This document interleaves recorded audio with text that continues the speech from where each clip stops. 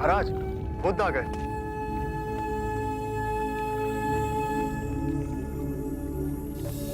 प्रणाम। एक विनती है आपसे। कहिए राजन। पिछले कई दिनों से मेरे स्वप्न में मेरे पिताश्री आ रहे हैं। मैंने ब्राह्मणों से भी इसका अर्थ पूछा तो उनका कहना था कि तुम्हारे पिताश्री को शांति नहीं मिली, उनके लिए पूजा करनी होगी, यज्ञ संपन्न करना होगा। आप तो परम ज्ञान का स्वरूप है, तो विनती है आपसे कि पूजा विधि आप ही के हाथों से हो। जो मेरे पिताश्री तक पहुंचे उन्हें मुक्ति मिले, जीवन मरण के इस चक्र से वो मोक्ष पाले। अवश्य राजन। आप मिट्टी के 2 घड़े मंगवाइए, एक में घी भरवाइए और एक घड़े में कंकड़ पत्थर भरवाइए, और उन दोनों घड़ों के मुंह कपड़े से बंधवा दीजिए और उन्हें लेकर नदी के तट पर आइए। मैं वहीं आपकी प्रतीक्षा करूंगा। मैं भी इसका प्रबंध करता हूं महाराज।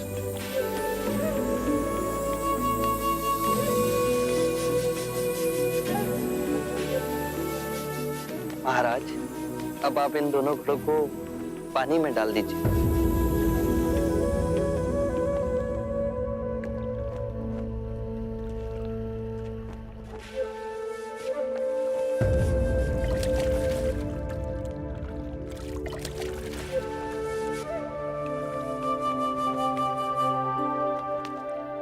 महाराज, अब इन दोनों घड़ों को आप तोड़ दीजिए।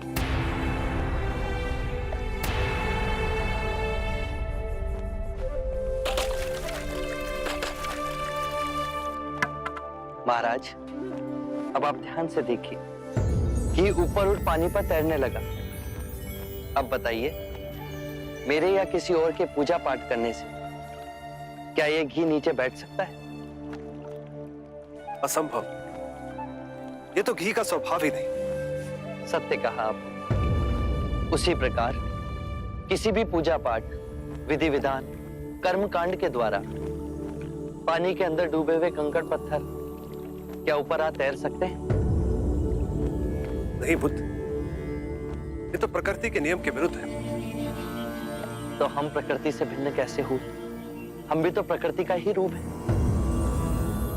सत्य कहा बुद्ध। एक सत्य ये भी है राजन, यदि हमारे पूर्वजों ने अपने जीवन काल में कंकड़ पत्थर बोए, दुष्कर्म किए, तो वो स्वाभाविक ही कंकड़ पत्थर की तरह नीचे बैठ जाएंगे। और यदि उन्होंने अपने जीवन काल में सत्कर्म किए, तो स्वाभाविक ही घी की तरह ऊपर आ तैरने लगेंगे। जो बोएंगे वही काटेंगे। परंतु इस शरीर रूपी जीवन काल में ही नहीं, अपितु इस शरीर रूपी जीवन काल के पश्चात वाली यात्रा में भी हम जैसे कर्म करेंगे वैसा ही फल मिलेगा।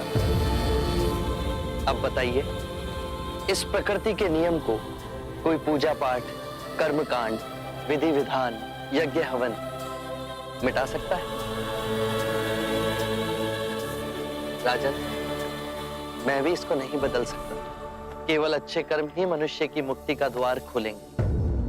एक ऐसी तलवार है आपके हाथ में जो एक क्षण में सारे झूठ काट केवल ज्ञान को प्रकाशित करती है। ना जाने कितने जन्मों और भटकता में यदि आपकी कृपा ना होती, इस एक क्षण में आपने अपनी अदृश्य तलवार से मेरे अहंकार का सर भी काट दिया। धन्य है प्रभु।